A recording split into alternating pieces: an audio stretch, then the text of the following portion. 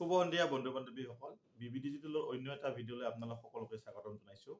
আজি আমি সময় আৰু দূৰত্বৰ আন এটি পিছত আৰম্ভ কৰিবলৈ ওলাইছোঁ। ইতিমধ্যে আমি এটা পাৰ্ট আলোচনা কৰিছোঁ, সময় আৰু দূৰত্বৰ, টাইম এণ্ড ডিষ্টেঞ্চ। আজি আমি দ্বিতীয় পাৰ্ট এটা লৈছোঁ আৰু এই দ্বিতীয় পাৰ্টৰ আমাৰ আৰম্ভণি যিটো প্ৰশ্ন আছে সেই প্ৰশ্নটোৰ মাজলৈ আমি আগবাঢ়িছোঁ। ইয়াতে দিয়া আছে কি, একেবাৰে সহজ প্ৰশ্ন। এখন বাছে 1 মিনিটত 320 মিটাৰ দূৰত্ব অতিক্ৰম কৰে, আনহাতে এখন মটৰ গাড়ীয়ে 50 মিনিটত 48 কিলোমিটাৰ দূৰত্ব অতিক্ৰম কৰে। সিহঁতৰ দূৰত্বৰ অনুপাত হ'ল, অপশ্যন কেইটা মই ইয়াতে দিয়া নাই, অপশ্যন কেইটা মই দি দিছোঁ। অপশ্যন কেইটা হ'ল, option A 3:4, option B 4:3, option C 3:8 আৰু অপশ্যন ডি 4:5। এইকেইটা অপশ্যন দিয়া আছে। এই অপশ্যন কেইটা ইয়াৰে শুদ্ধ অপশ্যনটো আমি উলিয়াব লাগে। গতিকে শুদ্ধ অপশ্যনটো আমি কেনেকৈ উলিয়াম, অংকটো আমি কৰিব লাগিব। ইতিমধ্যে আমি আগৰ আলোচনাত এটা বস্তু আপোনালোকক কৈছো, সেইটো হৈছে কি, যে দ্ৰুতি ইকুৱেল অতিক্ৰম কৰা দূৰত্ব হৰণ সময়। গতিকে এই সূত্ৰটো আমাৰ ইয়াতে ব্যৱহাৰ হ'ব। গতিকে চাই ল'ব, ইয়াতে একেবাৰে সহজ প্ৰশ্ন। ইয়াতে প্ৰথম বাছখনৰ আমি দ্ৰুতিটো বাহিৰ কৰিব লাগিব। 1 মিনিটত 720 মিটাৰ দূৰত্ব অতিক্ৰম কৰে। আমাৰ দ্ৰুতিৰ যিটো একক, এই দ্ৰুতিৰ এককটো আমি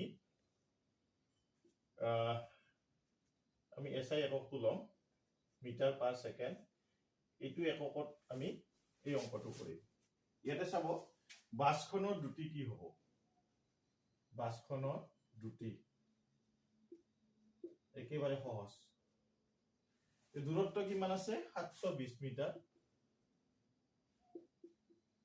আৰু সময় দিয়া আছে 1 মিনিট। 1 মিনিটক আমি ছেকেণ্ডত লৈ যাম, তেতিয়া আমি এককটো পাম, আমি মিটাৰ পাৰ ছেকেণ্ড এককটো পাই যাম। গতিকে এইখিনি আমি সিম্পলিফাই কৰিম। এইখিনি সিম্পলিফাই কৰিলে 6ৰে 72ক 12 বাৰ যাব, 12 মিটাৰ পাৰ ছেকেণ্ড সেইটো পাম। তাৰপিছত আমি মটৰ গাড়ীখনৰ দ্ৰুতি উলিয়াম। যে মটৰ গাড়ীখনৰ দ্ৰুতি কি হ'ব, মটৰ গাড়ীৰ দ্ৰুতি ইয়াত অতিক্ৰম কৰা দূৰত্ব 48 কিলোমিটাৰ দিছে, 48 কিলোমিটাৰ, আৰু সময়টো দিয়া আছে কিমান, 50 মিনিট। ইয়াক আমি মিটাৰ প্ৰতি ছেকেণ্ডত লৈ যাম। মিটাৰত নিব লাগিলে 48টো লগত 1000 পূৰণ কৰি দিব লাগিব, পূৰণ কৰিলে 48,000 মিটাৰ হ'ব। আৰু 50 মিনিটটো যেতিয়া ছেকেণ্ডত নিম, 60ৰে তাক পূৰণ কৰি দিম, তেতিয়া আমি ছেকেণ্ড পাই যাম। এইখিনি আমি এতিয়া সিম্পলিফাই কৰিম। এইটো শূন্য কেনচেল কৰিলো, এই শূন্যটো ইয়াৰ লগত কেনচেল কৰিলো। এতিয়া 6ৰে এই 480 কেইবাৰ যাব, 6ৰে 80 বাৰ যাব, আৰু এতিয়া 5ৰে ইয়াক কেইবাৰ যাব, 16 বাৰ যাব। গতিকে আমি কি পালো, 16 মিটাৰ প্ৰতি ছেকেণ্ড পালো। এতিয়া এই বাছখনৰ দ্ৰুতি আৰু মটৰ গাড়ীখনৰ দ্ৰুতিৰ অনুপাতটো বাহিৰ কৰিব লাগে। গতিকে ইয়াতে একেবাৰে সহজ। অনুপাতটো কি হ'ব, প্ৰথমখনৰ দ্ৰুতি আছে 12 মিটাৰ প্ৰতি ছেকেণ্ড, গতিকে 12 মিটাৰ প্ৰতি ছেকেণ্ডটো কেনচেল হ'ব দুয়োটাতে, গতিকে আমি নিলিখো। আৰু দ্বিতীয়টো কি আছে, 16 মিটাৰ প্ৰতি ছেকেণ্ড। এতিয়া ইয়াক সিম্পলিফাই কৰিম। ইয়াক সিম্পলিফাই কৰিলে 4ৰে দুয়োটাকে বাৰ যাব, 4ৰে ইয়াক 3 বাৰ যাব, 4ৰে ইয়াক 16 4 বাৰ যাব। গতিকে ইয়াৰ অনুপাতৰ একক নাথাকে, গতিকে ইয়াৰ অনুপাতটো কি হ'ব, 3:4 হ'ব। গতিকে এতিয়া আমি অপশ্যনত চাম, অপশ্যনত আছে নেকি। এইটো আমি দেখা পাইছো, এ নম্বৰ অপশ্যনত এই শুদ্ধ উত্তৰটো আছে। গতিকে আমাৰ এই অংকটোৰ শুদ্ধ অপশ্যনটো হ'ব 3:4। এনেকে আমি খুব সহজতে এইটো সমাধান কৰিব পাৰো। এতিয়া আমি দ্বিতীয় প্ৰশ্নটোলৈ আহিছো। বন্ধু বান্ধৱীসকল, এইটোও সেই আগৰ সেই যিটো দ্ৰুতিৰ যিটো সূত্ৰ, সেই সূত্ৰ মতেই হ'ব এইটো অংক। ইয়াতে কি দিয়া আছে চাব, এখন গাড়ীয়ে এটা নিৰ্দিষ্ট দূৰত্ব 8 ঘণ্টাত সম্পূৰ্ণ কৰে। মানে দূৰত্ব এটা 8 ঘন্টাত সম্পূৰ্ণ কৰে ইয়াৰে আধা দূৰত্ব অৰ্থাৎ গাড়ীখনে আধা দূৰত্ব 40 কিলোমিটাৰ ঘন্টা প্ৰতি ঘন্টা দ্ৰুতিত আৰু বাকি ৰৈ যোৱা আধা দূৰত্ব 60 কিলোমিটাৰ প্ৰতি ঘন্টা দ্ৰুতিত অতিক্ৰম কৰে এতিয়া কথা হল যাত্ৰাপথৰ মুঠ দূৰত্ব অৰ্থাৎ যিখিনি দূৰত্ব অতিক্ৰম কৰিছে সেই নিৰ্দিষ্ট দূৰত্বটো ইয়াত বাহিৰ কৰিব লাগে ইয়াতে অপচন কেইটা চাব ইটো আছে প্ৰথম অপচন 385 কিলোমিটাৰ দ্বিতীয় অপচন বি অপচন 384 কিলোমিটাৰ সি অপচন 430 কিলোমিটাৰ আৰু ডি অপচন 438 কিলোমিটাৰ গতিকে এইটো আমি কেনে ধৰণে কৰিম খুব সহজতে আমি ইয়াক সমাধান কৰিব পাৰো আমাৰ যেহেতু সূত্ৰটো মনত আছে যে দ্ৰুতি কি আছিল সূত্ৰটো আৰু একবাৰ লিখি দিছো ইয়াতে দ্ৰুতি ইকুৱেল অতিক্ৰম কৰা দূৰত্ব আমি সংক্ষেপে লিখিছো আৰু সময় হৰণ সময় এই বস্তুটো ইয়াতে ব্যৱহাৰ হ'ব এইটো অংকৰ গতিকে ইয়াতে প্ৰথমতে আমি চাব লাগিব যেহেতু যাত্ৰাপথৰ মুঠ দূৰত্ব ওলাব দিছে আমি দূৰত্বটো ধৰি ল'ব লাগিব ধৰা হল নিৰ্দিষ্ট দূৰত্ব যিটো দূৰত্ব আছে আমাৰ বা যাত্ৰাপথৰ যিটো মুঠ দূৰত্ব আছে সেইটো আমি কি ধৰি লম x কিলোমিটাৰ বুলি ধৰি লম এতিয়া কথা হৈছে প্ৰথমখিনি চাব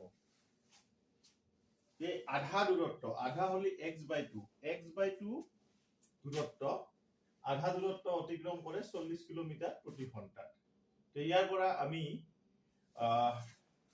প্ৰথমতে আমি কি উলাব পাৰো যে x/2 কিলোমিটাৰ দূৰত্ব অতিক্ৰম কৰোতে লগা সময় দূৰত্ব অতিক্ৰম কৰোতে লগা সময় অতিক্ৰম কৰোতে লগা সময় কি হ'ব এটো আমি চাই লম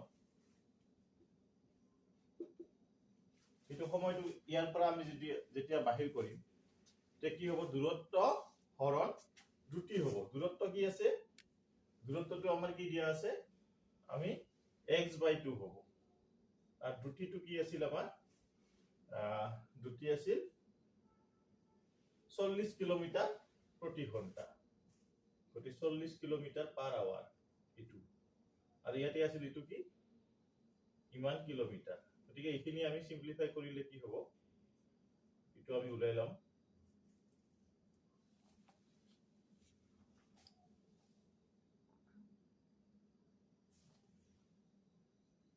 এটো কি হ'ব এটো আৱাৰ হ'ব গতি এটো হ'ব x/80 আৱাৰ এটো পাম আমি এতিয়া আমি বাকি যেটো x/2 বাকি x/2 দূৰত্ব অতিক্ৰম কৰোতে লগা সময় যিখিনি ৰৈ গৈছে এইখিনি ক্ষেত্ৰত কি হয় এই একে ধৰণৰ অতিক্ৰম লগা সময় একে ধৰণে এটো x/2 ওপৰত আতলত কি হ'ব 60 kilometre per hour kilometre per hour এটো আৱাৰ এটো কি হ'ব x/2 60 তো আৱাৰ হ'ব এটো হ'ব কিমান x/120 আৱাৰ এনেকুৱা এতিয়া কথা হৈছে কি এই যে x/2 এই x/2 কিলোমিটাৰ দূৰত্ব অতিক্ৰম কৰা লগা সময় হল কি x/80 আৰু বাকি যি ৰৈ যোৱা x/2 আছিল সেইখিনি সময় কিমান লাগিছে x/20 আৱাৰ সময় লাগিছে এতিয়া কথা হৈছে কি এইখিনি আমি অলপমান ইয়াতে স্টুটিকে লিখিব লাগিব এই দুটা যেতিয়া যোগ কৰি দিম ইটো আৰু ইটো যোগ কৰি দিওতে ইয়াতে কি ওলাব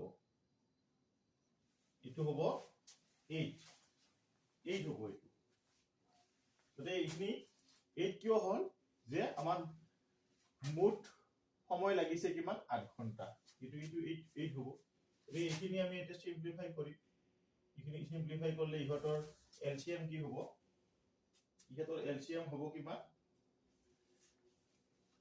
80 আৰু 120 এলসিএম কি হ'ব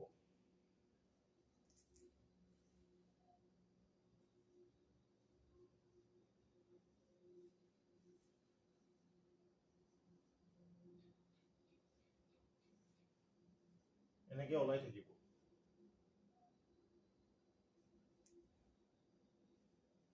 এইখিনি পূৰণ কৰি দিলে হ'ল।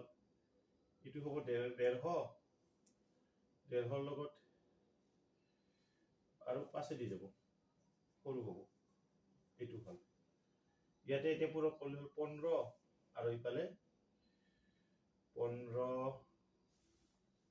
8 গুণ 120, 120 লগত 2 পূৰণ কৰিলে 240। ইহঁতৰ এলচিয়াম হ'ব 240। এতিয়া 8 দি কেইবাৰ যাব? 3 বাৰ যাব। এইটো 3x হ'ব। এইটো কিমান হ'ব? 120ত 2 বাৰ 2x। গতিকে এইখিনি সিম্পলিফাই কৰিলে কি হ'ব? এইটো 5x হ'ব। এইটো 240 আৰু ইফালে ইমান। গতিকে এইটো এতিয়া 5x ইকুৱেল কি হ'ব? 240 লগত 8 পূৰণ কৰিলে কিমান হ'ব?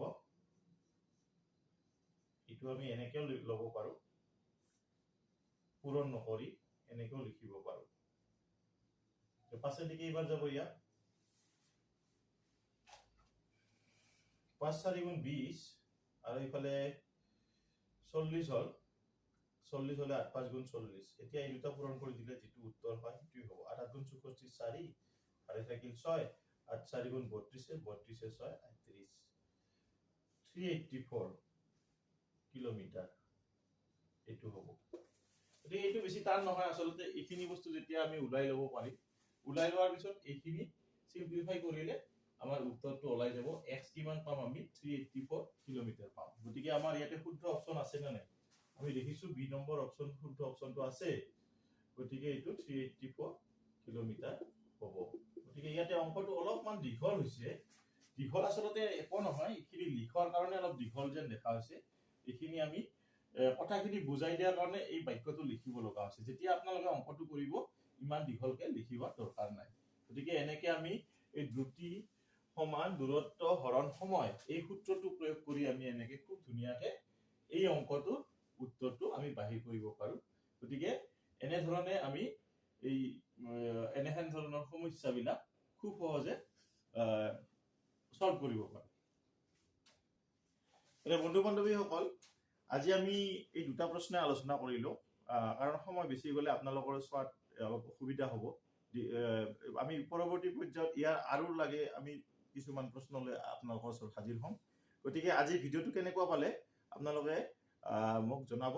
আৰু যদি ভাল লাগে তেতিয়া লাইক শ্বেয়াৰ কমেণ্ট কৰিব। আৰু নতুনকৈ চোৱা সকলক মই অনুৰোধ জনাওঁ তেওঁলোকে যেন মোৰ চেনেলটো বিবি ডিজিটেল ছাবস্ক্ৰাইব কৰে। গতিকে এইখিনিয়ে আজিলৈ ইমানতে এৰিছো। পৰৱৰ্তী পৰ্যায়ত আমি আৰু বেলেগ বেলেগ বিষয় লৈ আপোনালোকৰ ওচৰত হাজিৰ হ'ম। গতিকে আজিলৈ ইমানেই। ধন্যবাদ। শুভৰাত্ৰি।